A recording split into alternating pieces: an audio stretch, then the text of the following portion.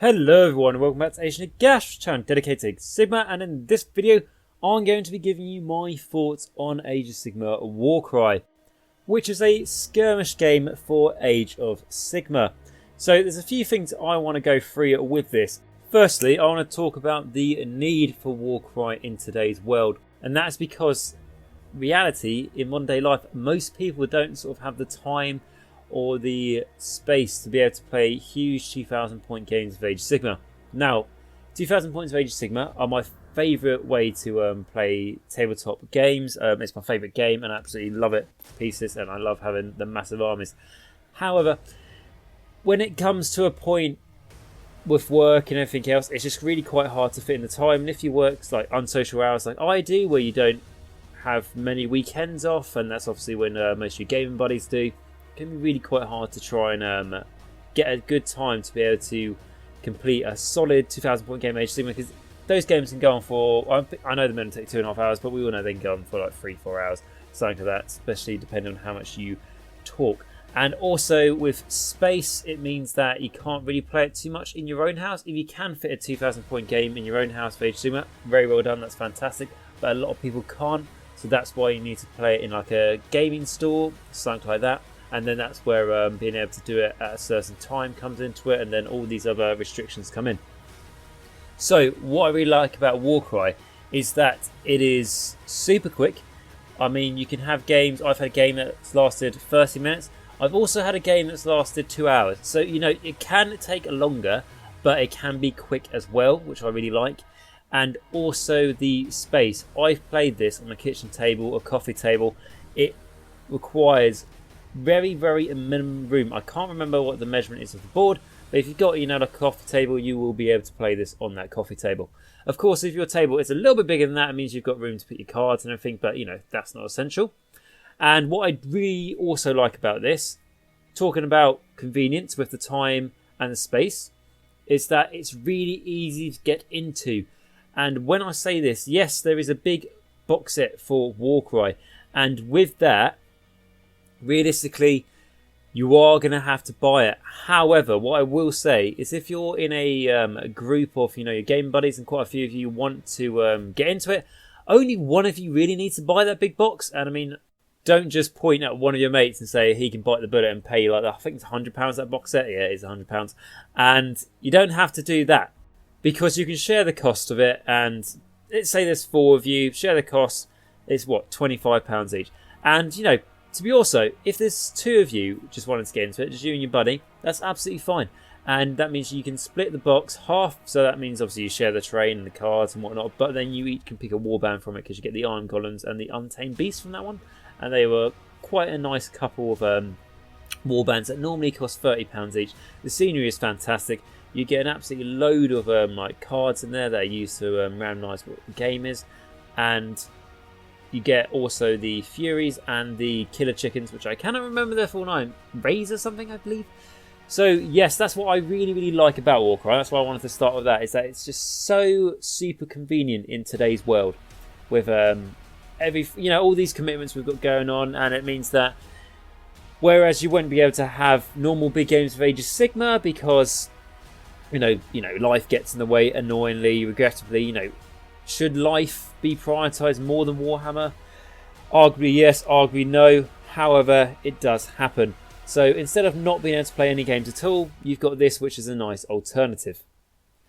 And going into the actual game itself, what I want to really say about it is, to be honest, the pace of the game is brilliant. And when I say this, it's because, you know, in Age of Sigmar, where you have a turn for yourself, your opponent has a turn, and then you have a turn, and then your opponent has a turn, obviously randomising on who wins priority and whatnot. And, you know, it's similar to 40k as well. Whereas this, it's like that. You have a turn, and then your opponent has a turn.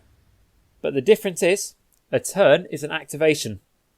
So that is like moving a model, or moving a model and attacking, or attacking with a model, things like that. So I activate this model, it does something, then you activate a model. So that means that your turns last, I don't know, up to a minute if you like, you know, for each model.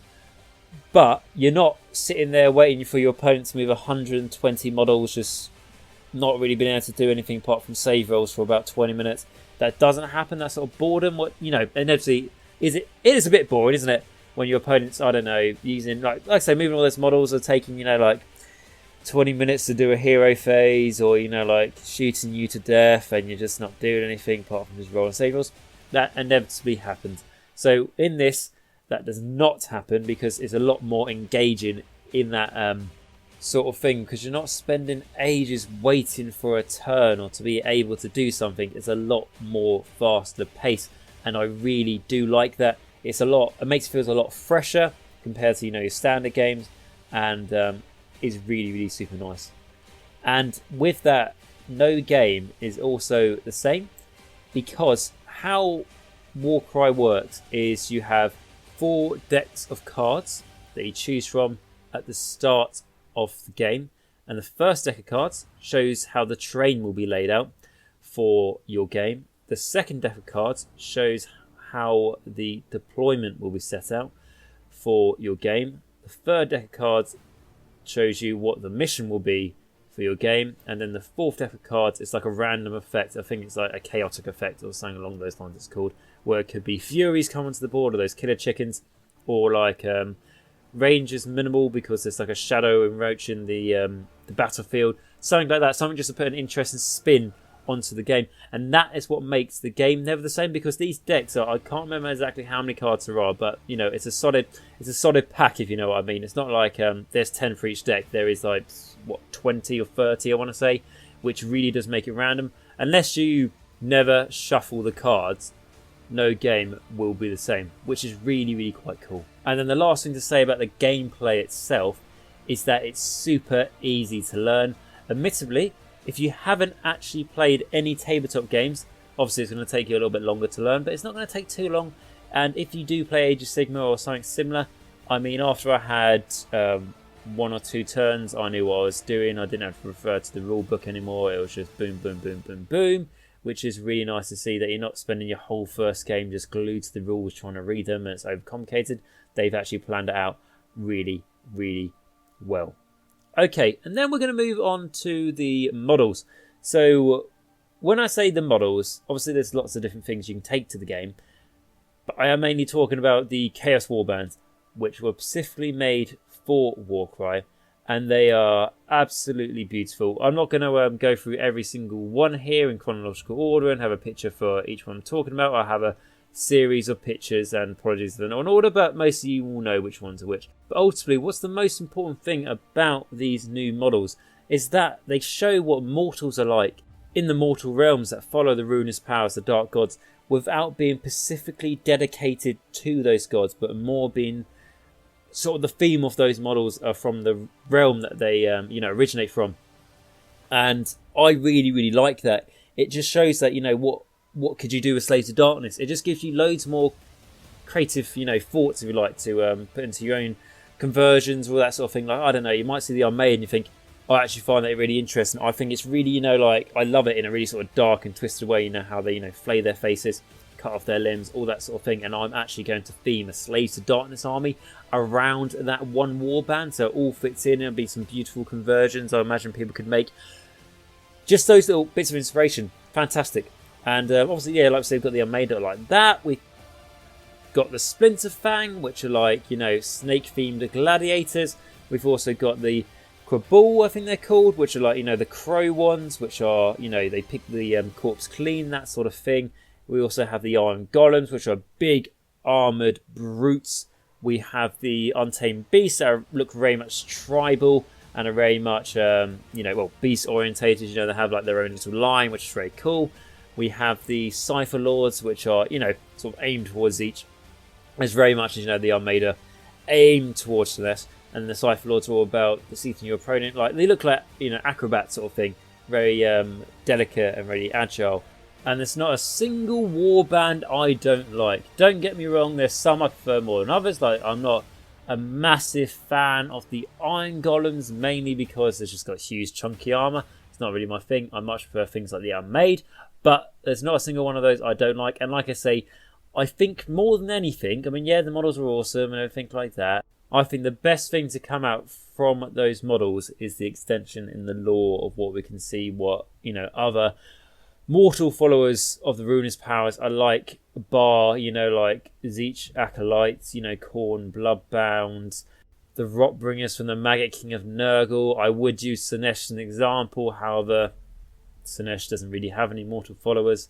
Sad face. And the good old trusty Slaves of Darkness. And as much as I do love Slaves of Darkness, the whole, armor look, and I like how I've made them, my converted ones, it is nice to see some difference, which is really quite cool. And it's just nice to see some humans in these models, which is absolutely awesome. Because Age of Sigmar, we haven't really seen too many new human sculpts, if you know what I mean. And you could think Stormcast sort of, yeah, but they're not though, are they? Because they're like, demigods almost. But what is also cool is that we've seen a Chaos Elf amongst them in the Splinterfang, which really does open doors, thinking there are Chaos Elves. That's definitely a thing. And which is awesome, because we haven't seen what Malekith's army is going to be like. And is he Malerion now? Malekith? I'm trying to remember what his new name is. However, it would be really cool if we get a Chaos Elf faction. That would be absolutely awesome. A Dark Elf faction, but this time purely dedicated to Chaos. Okay, so yeah, the models are awesome.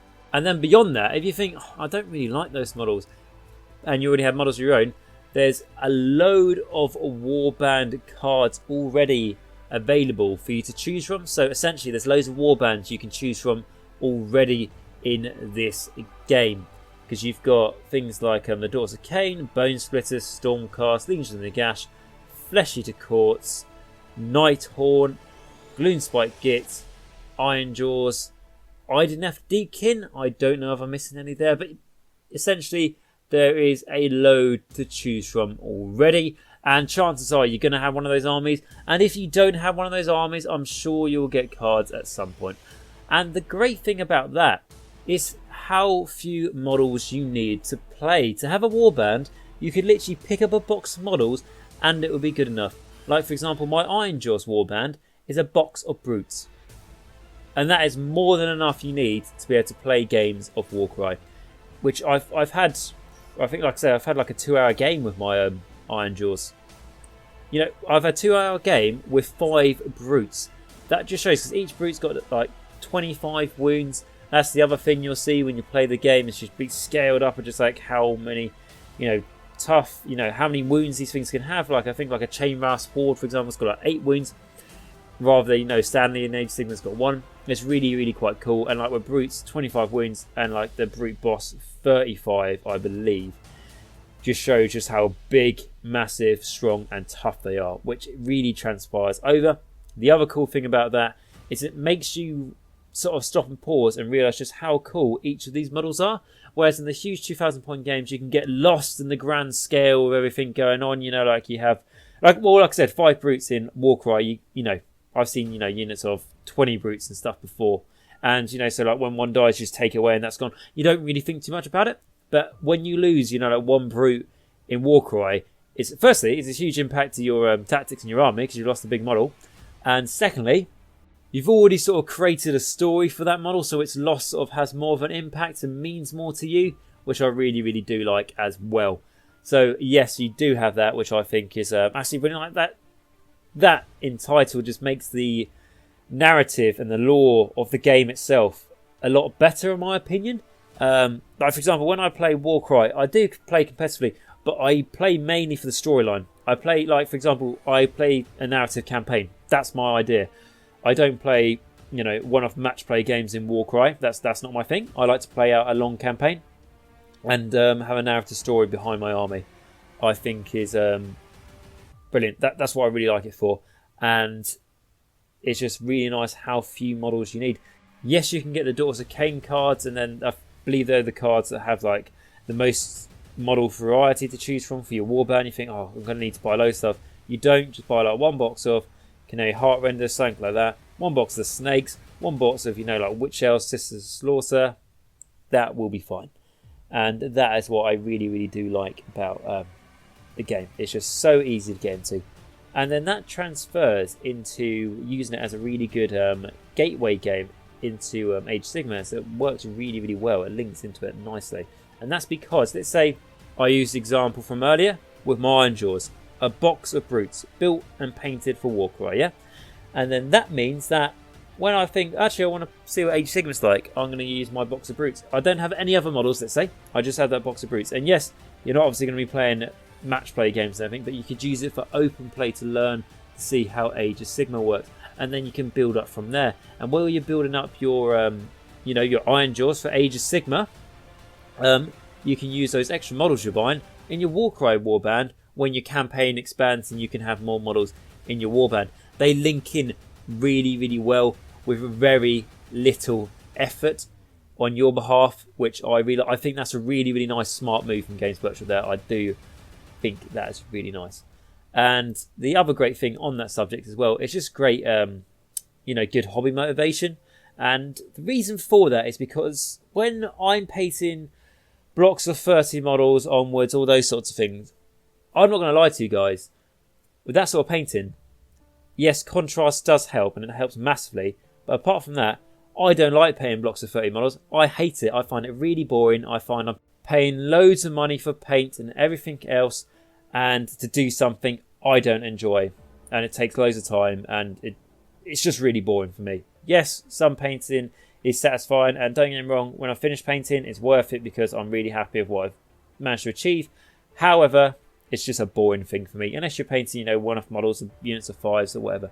So, why Warcry is good to help prevent it being boring is that you could go, I've been painting this army for ages, I'm just getting really fed up. And then you go, actually, I'm going to paint up a Warcry warband. So you go to a completely different army. Let's say you're usually painting up, Nighthaunt, and then you just want to have a change up. And you go, you know what, I'm going to paint up a Gloomspike. And I'm going to paint up, some Boyne-Grot Bounders, which is a completely different style of painting. And it makes it just feel a little bit more fresh. It makes you enjoy it more. It makes you realise, the aspects of painting that you do like.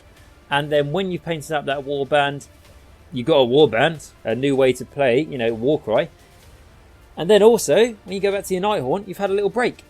But you haven't had a break of just going, I'm not painting. I'm off it. I'm not painting for 3 weeks or something. You're still painting. You're still progressing things. And then you go back to painting your Nighthaunt in this case. And you're a bit more enthusiastic with it because you've had a little bit of a break. And we all need a little bit of a break sometimes. And this is a really nice way of doing it. And then, let's say that's the first Gloomspike Gitz unit you've ever bought, just for Warcry. You might want to expand it at some point. And again, yeah, that does cost a lot of money and that's good for Games Workshop. But it gives you an excuse to start a new army, doesn't it? We always look for excuses, us tabletop gamers. And yeah, so that's what I really, really do like about it. And then the only other thing I want to say about Warcry really is there is a lot of new releases for it. There's loads of books coming out. They dropped the second book very quickly after the first one. That's not a second book like they've dropped a new rule set. It's a second book along the lines of you've got how you play, Warcry in the main core rule book, but here's a expansion for it. It's an expansion basically. And what I will say, if you've got the time to play lots of Warcry, and like I say, Warcry is great, if you don't have much time. However, it's still time as it's still a range of games. So if you've got the time for that, fantastic. You're going to have so many expansions to work on that it's not going to get, stale quickly, if you know what I mean, the game.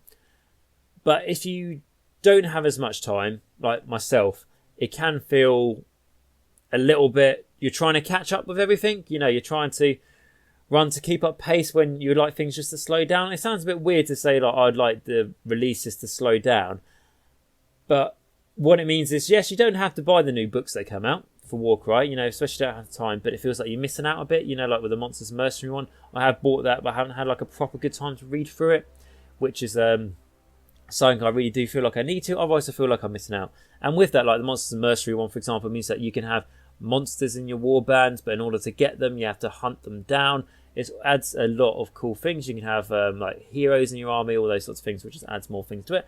But I would personally like them to just slow down a little bit with the releases. But if you've got the time, you're very lucky indeed, because you're going to be spoiled for choice. So in summary with Warcry, I have spoken very positive all the way through this video of it, and that's purely because I can't lie to you guys, I really enjoy it. I think it's a great idea. And also, to be completely honest with you guys, before Warcry came out, I couldn't really give a shit about it. I thought the models looked cool, but I didn't really care. Skirmish is not for me. I don't play skirmish games. I like big armies. That's all I care about. And then my buddy got me to play a game of Warcry, and it got me hooked.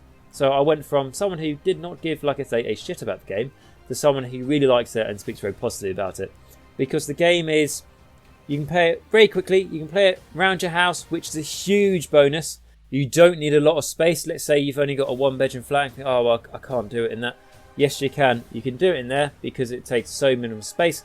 You also don't need to buy a huge Battle Realm board for, you know, your games. You get the board in the big core box. And so that's why it's definitely worth someone getting that box. 100%. You also get the rules and stuff in there as well. And you get your war plans you need to start. And your cards and everything. Yeah, so one of you get that box. Like I say, you don't all have to buy one. And you can share the costs and stuff. So then it doesn't end up being too expensive. But yes, Warcry. Definitely recommend it. If you're still on the fence about it, but you have some buddies that play it or something, just try it out first before you absolutely, you know, commit to it. But I like it, and it's not, you know, like when you commit to a new army in Age of Sigmar or something like that, you go, right, I'm going to commit to this, and then you go, bloody hell, I've got 100 models to paint, and I'm bored like 20 models in or something like that. Warcry is like, I've got 5 models to paint, or like up to 10 models, and so it's a lot harder to lose that motivation, which is absolutely great. So guys, let me know your thoughts on Warcry down below, because I'm sure plenty of you have played it. I realised that Warcry was very much requested, my thoughts on it, on the poll I did. So it's either that or the Zeech video, and Warcry is very much up there. So that's why I wanted to get this video out to you guys not too far away from when I did that poll. And yeah, so like I said, it'd be great to hear your thoughts down below. And if you did enjoy this video, please like, subscribe and comment down below, as that massively does help the channel, and it's absolutely free for you guys to do so. If you would like to support the channel a step further, I have got a Patreon account, which is a fantastic way for the channel to get some support, so to enable me to keep on doing these videos. And on that note, I'd like to thank all my patrons, and particularly my vampires and patrons, who are people who donate at least $5 a month to the channel. And this is going to be to Simon, Max and Martin. Thank you very much for your continued support, guys, massively. And like, I can't understate it, you guys really do help me make as many videos as I can for the channel. So guys, I thank you very much for watching this, and remember, until next time, Nagash is all, and all is one in Nagash.